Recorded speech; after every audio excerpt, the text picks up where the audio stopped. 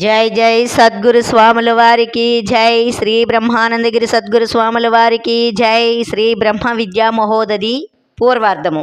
ఈ గ్రంథ రచయిత శ్రీమత్ పరమహంస పరివ్రాజకాచార్యవర్య జగద్గురు శ్రీ బ్రహ్మానందగిరి స్వాముల వారు. నిన్న మనకి భాగంలో ఏం చెప్పారంటే,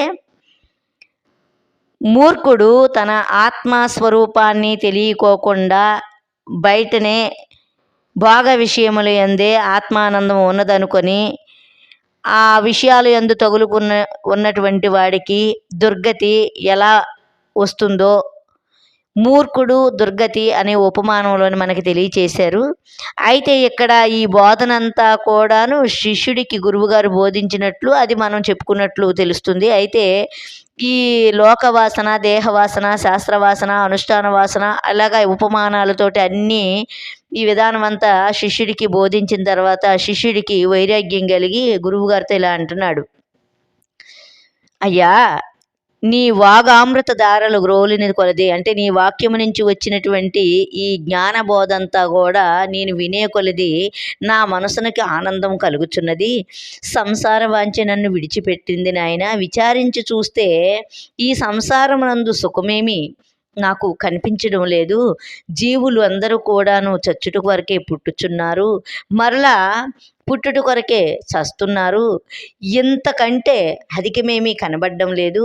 సంసారమునందు తోస్తున్న సమస్త పదార్థములు అసత్యములే. విచారించి ఆలోచించి చూడగా ఇదంతా కూడాను శాశ్వతమైనది కాదని అనిపిస్తుంది. అవి ఒకప్పుడు సుఖంగా అనిపించి మరొకప్పుడు సుఖదాయకంగా ఉన్నవి దుఃఖంగా కనిపిస్తున్నాయి. ఇక ఇలాంటి దుఃఖదాయకమైనటువంటి సంపదలకి ఆశించేవాడు ఆపదలను పొందవలసి వస్తుంది కదా. అలాగే ఈ సంపదలన్నీ కూడా సమస్త పాపాలకి కారణాలు అవుతున్నవి. వీటికే ప్రయత్నించుట, దుఃఖములు అనుభవించుట కొరకే సమస్త భోగాలు కూడాను శబ్దస్పర్శ రూపరసగంధముల వలనే కలుగుచున్నవి అంటున్నాడు. అంటే శబ్దస్పర్శ రూపరసగంధాలు వలన ఎలా కలుగుతున్నాయి అంటే, ఇప్పుడు చెవికి శబ్దం విషయము, చర్మానికి స్పర్శ విషయము, కంటికి రూపము విషయము, నాలుకకి రుచి విషయము, ముక్కుకి గంధం విషయము, అలాగనమాట. ఈ 5 జ్ఞానేంద్రియాలకి ఈ 5 శబ్దస్పర్శ రూపరసగంధాలే విషయాలు కాబట్టి ఈ 5 జ్ఞానేంద్రియాల వలనే ఏవి కష్టం వచ్చినా సుఖం వచ్చినా ఈ భోగ సుఖాలు వచ్చినా వీటి వల్లే వస్తున్నాయి కనుక వాటి వల్లనే ఇవన్నీ కలుగుతున్నాయి. ఇవి ఒకదానితో ఒకటి సంబంధపడవు. అంటే ముక్కు పని ముక్కు చేస్తే చెవి పని చెవి చేస్తుంది, దేని పని అనేది చేస్తాయి. కానీ దీనితో మనసు సంబంధపడటం వలన ఈ సుఖదుఖాలు కలుగుచున్నాయి. లేకపోతే అసలు ఈ సుఖము దుఃఖం అనేది లేదు, సర్వము కూడా వీటి వల్లే సిద్ధిస్తుంది. ఇక దీనికి తోడు ధనాశ తోడైందనుకో అది ఎంత అనర్థదాయకమో అని ఇక్కడ చెప్తున్నాడు.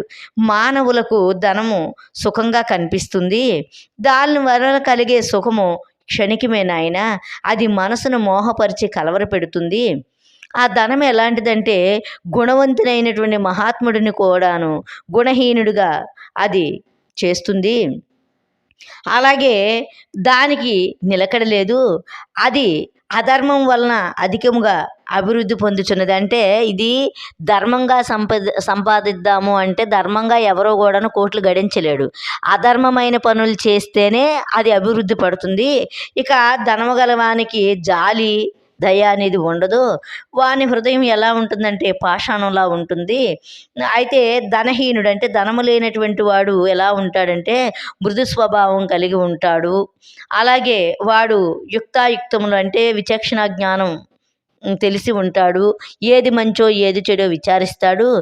అలాగే ఎవరైనా మేలు చేశారనుకోండి అది జీవితంలో మరవడు. అలాగే స్వభావముగా మృదు హృదయము కలవాడైనను, అంటే ఇప్పుడు ఈ ధనము లేనటువంటి పేదవాడు ఇన్ని గుణాలు కలిగి ఉంటాడు.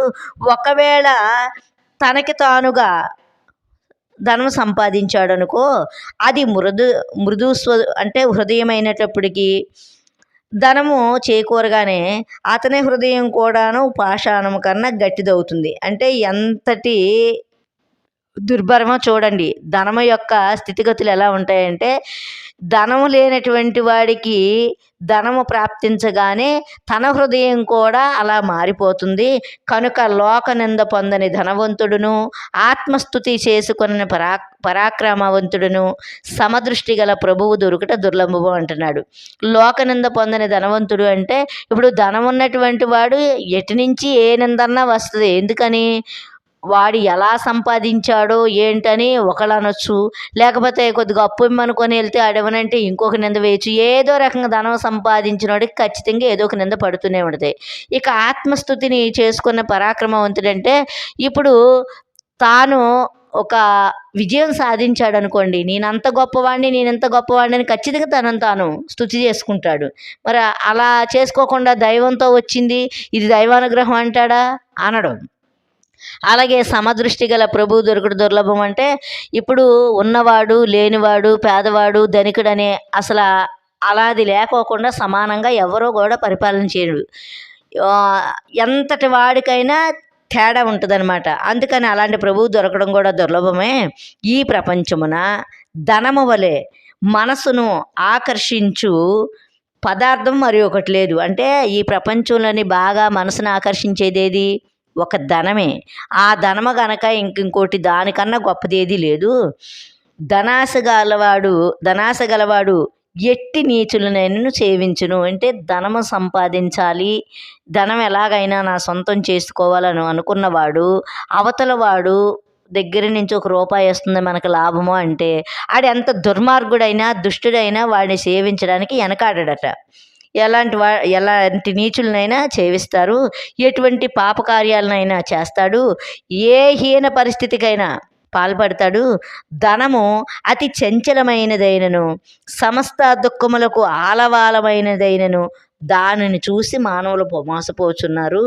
నాయన, ధనాశ అజ్ఞానమునకు పుట్టినీళ్ళు, అది కామ క్రోధాది దుర్గుణములను కలిగిస్తుంది. సమధమాది సమస్త సద్గుణములను నాశనం చేస్తుంది. వలయందు చిక్కుకున్న పక్షుల వలె సమస్త జీవులు కూడాను ఆశ అనే దాని యందు చిక్కుకొని ఉన్నారు. ఆశ అగ్నిజ్వాల వంటిది, దానిసే సమస్త జీవులు దహింపబడుచున్నారు. అమృతపానం చేసినను ఆ తాపం చల్లారదు. అమృతం అంటే ఎలాంటిది? ఈ మానవ లోకంలో దొరికేది కాదు. అది అమృతం అనేది ఒక దేవతలు మాత్రమే సేవిస్తారు. అంటే అమృతం సేవించినటువంటి వాడికి మరణం లేదు, అంటే అమరుడు అని అంటారు. కానీ అలాంటి అమృతపానం అంటే అలాంటి అమృతాన్ని తీసుకొచ్చి ఈ మానవుడికి ఇచ్చిన వాడికి ఆశ అనే తాపం చల్లారదనమాట. ఇది ఎట్టి ధైర్యవంతులనైనను పిరికి పందలుగా చేస్తుంది. ఏది? మానవుని ఆశ. కన్నులున్న వాడిని గుడ్డివానిగా చేస్తుంది. అలాగే ఎప్పుడు శాంతంగా ఉన్నటువంటి చిత్తాన్ని సైతం కలవరపెడుతుంది. ఆశ అందరినీ ఆశ్రయించి అన్ని చోటులకు పరుగులు ఎత్తించుచుండును. ఎవరిని ఆశ్రయించినను ఏ ఫలమును పొందజాలకపోయినను దాని స్వభావము మాత్రం విడవదు. అది అసాధ్యములను కూడా గమనింపదు. ఎందుకంటే ఆశ గల మానవుడు ఏం చేస్తాడంటే డబ్బు సంపాదించాలి, ఎలాగైనా నేను గొప్పవాడిని అవ్వాలనుకున్నటువంటి వాడు ఒక పని తలపెట్టినప్పుడు ఇది నా వల్ల అవుతుందా అవదా అనేది కూడా ఉండదు. ఎందుకంటే మూర్ఖంగా ఎలాగన్నా డబ్బు సంపాదించాలి అని అనుకుంటాడనమాట. అలాగది ఇది సాధ్యమా అసాధ్యమని కూడా ఆలోచించదు. ఒకవేళ అది అసాధ్యమని ఎరిగినప్పటికీ కూడా దాన్ని విడిచిపెట్టదు. ఎలా అంటే ఈ మనసు ఎలా ఉంటుంది? పోన్లే ఇంత చేశాం కదా, ఇది ఒక పని చేద్దామని చెప్పి ఒక్కొక్కరు ఆలోచన ఉంటుంది. ఎలా ఉంటే కొండకి ఇంటికి వేద్దాము, పోతే ఎంటుక ఒత్తే కొండ అని, అలాంటి వాళ్ళు అనమాట. అలాగా ఇది కోతి కంటే అతి చపల స్వభావం గలదే.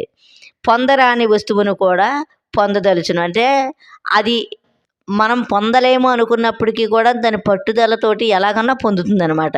తాను కోరిన ఫలమును పొంది కూడా తృప్తి పొందదు. ఇక ఒక కోరిక తీరిన పిదప మరి ఒక దాన్ని కోర్చునే ఉంటుంది. ఇది ఒక చోట నిలవదు. ఒక క్షణములో పాతాళ లోకమున విహరించును, మరి ఒక క్షణములో ఆకాశమును సంచరించును. అది వేరొక క్షణంలో దశ దిశలు తిరుగును. దీనికి ఒక్క చోట నిలకడలేదు. ఇది సర్వదుఃఖములకు మూలమైనది. ఆపదలన్నీ దీని వలనే కలుగుచున్నవే. ఆశ లేకపోతే ఆపదే లేదనమాట. విషయ చింతయే దీని స్వరూపము. విషయములందలి చింతను విడిచినచో ఆశ అంతమొందును. అంటే విషయాలు అంటున్నారు ఏంటని అనుకుంటారేమో. అంటే ఇప్పుడు ఇంకొక విషయం మీద ఆశ పడడమే. ఇంకొక దాని యందు ఆశ పడి దాన్ని తెచ్చుకోవాలని మనసు కలగడమే విషయ చింతన అనమాట.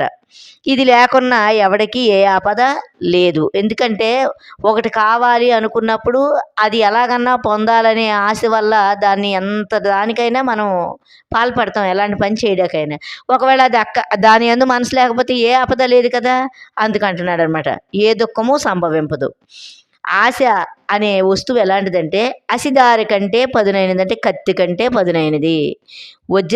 వజ్రాయుధము కంటే వాడి అయినది. అగ్ని కంటే తీక్షణమైనది. ఇది సర్వమానవుల హృదయములందు ఉండి దహించుచుండును. ఎంతటి ధైర్యవంతుడినైనను, ఎంత ఎంతటి బుద్ధిమంతుడినైనను, ఎంతటి సూర్యుడినైనను, ఎంతటి దృఢ నిశ్చయము గలవాడినైనను ఈ ఆశ క్షణములో తన పాదదాసునుగా చేసుకొనగలదు. అంటే ఆశ అలాంటిది గనక మనకి గురువుగారు ఈ విషయాన్ని తెలియజేశారు. అలాగే శిష్యుడనమాట తనకి వైరాగ్యం కలిగిన తర్వాత తన మనసుకి అనుభవమైనటువంటి దాన్ని గురువుగారితో పంచుకున్నాడు. సరే, ఈ భాగం ఇంతటితో ముగిస్తూ మళ్ళా రేపటి భాగంలో కలుసుకుందాం. జై జై సద్గురు స్వాముల వారికి.